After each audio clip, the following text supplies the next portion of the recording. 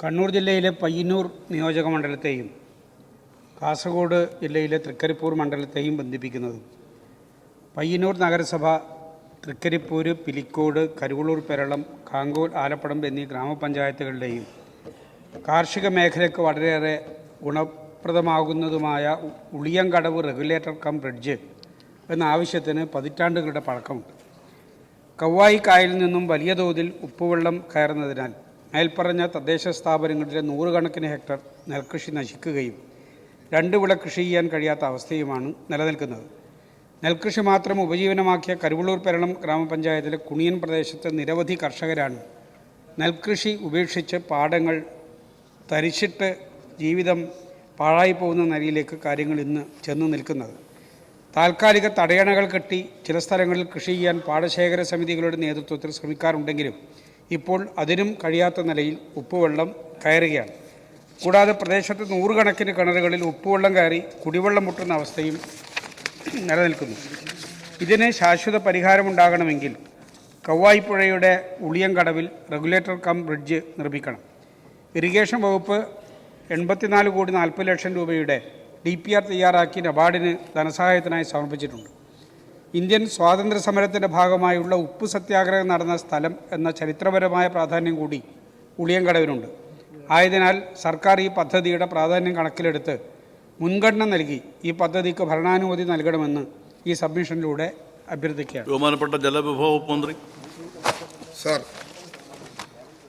വളരെ പ്രധാനപ്പെട്ട ഒരു വിഷയമാണ് MLA സബ്മിഷനോട് ഉന്നയിച്ചിട്ടുള്ളത്. പ്രത്യേകിച്ച് കാസർഗോഡ് ജില്ലയിലെ പ്രധാനപ്പെട്ട ഈ സബ്ജക്റ്റ് നേരത്തെ തന്നെ ചർച്ച ചെയ്യപ്പെട്ടിട്ടുള്ളതാണ്.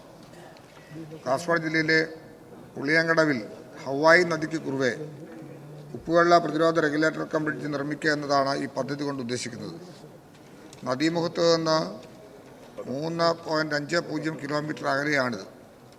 പയ്യന്നൂർ മുനിസിപ്പാലിറ്റി, തൃക്കരിപ്പൂർ ഗ്രാമപഞ്ചായത്ത്, പീലിക്കോട്, കരിവള്ളൂർ, പെരളം ഗ്രാമപഞ്ചായത്ത് എന്നീ പഞ്ചായത്തുകളിലെ കാർഷിക മേഖലയിലേക്ക് ഉപ്പുവെള്ളം പ്രവേശിക്കുന്നത് തടയാൻ ഈ പദ്ധതി പൂർത്തീകരണത്തിലൂടെ സാധിക്കും.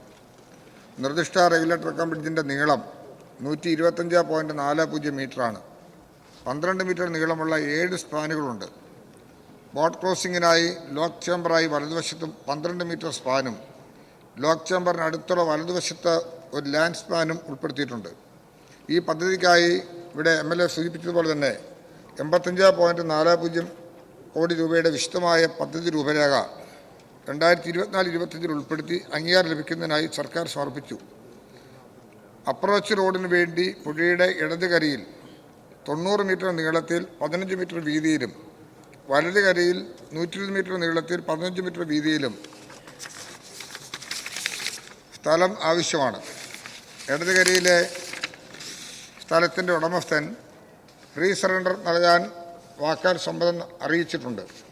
വലതുകരയിൽ ഫ്രീ കൺസെൻ്റ് ലഭിക്കുന്നതിന് വേണ്ടി MLAയുടെ നേതൃത്വത്തിൽ പ്രാദേശിക സമിതിയിൽ ചർച്ചകൾ നടന്നു വരുന്നു.